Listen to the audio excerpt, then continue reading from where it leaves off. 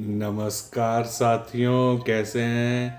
मेरा नाम मोहन है और आज मैं फिर से आ गया हूं आप लोगों के लिए एक शेयर मार्केट से रिलेटेड वीडियो लेकर। आप पूरी वीडियो देखिएगा और आप इसमें बहुत ही अच्छी और महत्वपूर्ण जानकारी प्राप्त करेंगे जिससे आप उसका फ़ायदा उठा सकते हैं। तो जी हाँ, आपने अक्सर लोगों से सुना होगा कि शेयर मार्केट में लॉन्ग टर्म के लिए इन्वेस्टमेंट करिए, लॉन्ग टर्म होराइजन रखिए।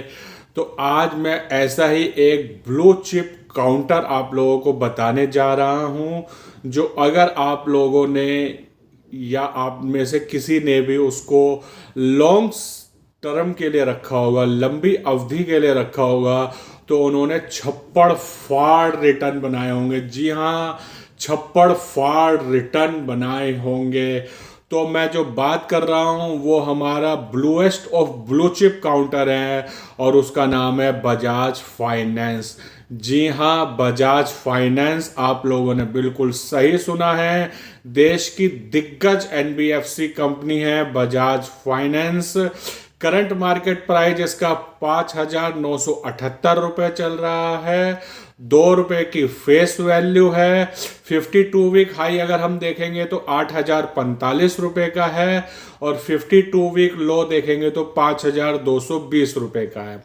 बजाज फाइनेंस कंपनी की शुरुआत जो है राहुल बजाज जी ने करी थी। जी हाँ, वही दिग्गज राहुल ही बजाज ऑटो के राहुल बजाज, उन्होंने इसकी शुरुआत करी थी।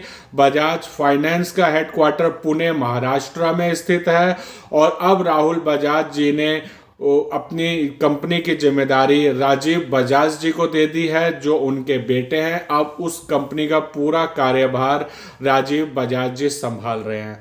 तो दोस्तों, मैं आपको बताना चाहूंगा इसमें प्रमोटर की 55.86% हिस्सेदारी है। FII 17.07% माल होल्ड करते हैं। DII भी पीछे नहीं है, 15.58% माल होल्ड करते हैं और पब्लिक भी 11.5% इसमें पोजीशन बना के रखी हुई है। ये करती क्या है बजाज फाइनेंस जो है, आप मॉल में जाते होंगे, आप किसी भी इलेक्ट्रिक बड़ी दुकान में जाते होंगे तो वहां आपको बजाज फाइनेंस के आउटलेट जरूर मिलते होंगे, जरूर आपने देखे होंगे। ये रिटेल कारोबार में है, अपने home appliance, fridge, TV, AC इन सबको भी फाइनेंस करती है। ये एसएमई को भी फाइनेंस करती है और ये कॉमर्शियल में भी फाइनेंस करती है। बजाज फाइनेंस जो कंपनी है वो केवल अर्बन एरियाज में सिचुएटेड नहीं है, अपितु ये रूरल एरियाज में भी इसने अपनी पैठ बना रखी है। इसका मार्केट कैप 3,61,913 करोड़ है। 36.5 के पी पे चल रहा है। बुक वैल्यू इसकी 794 है और ROC 10.3% और ROE 17.5% है। और ये धुआंधार डिविडेंड पे ही कंपनी है, हर साल बिना नाका ये डिविडेंड देती है। तो इसका मैं आपको बताता हूं कि अगर लॉन्ग टर्म के लिए आपने इस शेयर को रखा होता तो आपने कितना प्रॉफिट कमाया होता। जी हाँ दोस्तों, अगर 5 साल आपने पहले इस स्टॉक को रखा होता तो आज आप 251% की रिटर्न कमा रहे होते। 10 साल अगर आपने रखा होता तो इसमें आप 4500% का रिटर्न कमा रहे होते और 20 साल अगर आपने रखा होता तो इसमें आप 1,00,000% का रिटर्न कमा रहे होते। जी हाँ, आपने सही सुना है। जुलाई 2002 में बजाज फाइनेंस सिर्फ 6 रुपये पर अवेलेबल था और आज हम जब बात कर रहे हैं फ्राइडे क्लोजिंग 5,978 रुपये, लगभग 6,000 रुपये पर यह ट्रेड कर रहा है। तो अब हम समझ लेते हैं, अगर आपने 1,00,000 रुपए लगाए होते, जो रिटेल निवेशक है लगभग 1,00,000 रुपए किसी स्टॉक में आसानी से लगा सकते हैं। अगर 5 साल पहले बजाज फाइनेंस में 1,00,000 रुपए लगाए होते तो आज उसकी वैल्यू 3.5 लाख रुपए होती। अगर 10 साल पहले 1,00,000 रुपए लगाए होते तो आज उसकी करंट मार्केट वैल्यू 46.5 लाख रुपए होती। और अगर आपने 20 साल पहले इसमें 1,00,000 रुपए लगाए होते तो उसकी वैल्यू 10 करोड़ 1,00,000 रुपए होती। जी हाँ दोस्तों, 10 करोड़ 1,00,000 रुपए।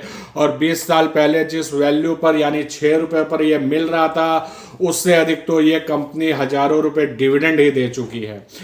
और अगर हम रेटिंग एजेंसीज की बात करें तो CLSA ने इसका 6000 का टारगेट रखा है, जेफरीज ने इसका 8160 रुपए का टारगेट रखा है। लेकिन आप इन टारगेट्स के चक्कर पे ना पड़े। आप अगर अच्छी कंपनी, क्वालिटी उम्दा कंपनी लेते हैं तो उसको आपको लेके उसको लंबे समय तक होल्ड करना है।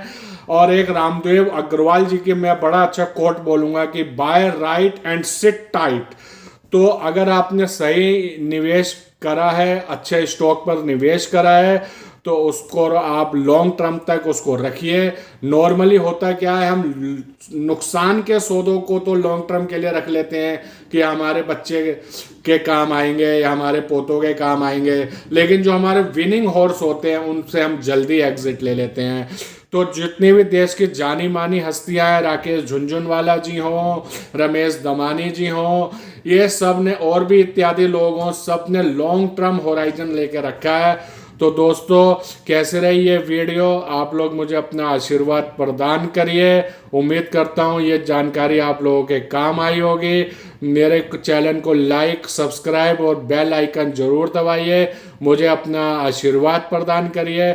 मैं ऐसी ही वीडियो आप लोगों के लिए लाता रहूँगा। मेरे चैनल को सब्सक्राइब करिए। ये दिल मांगे मोर।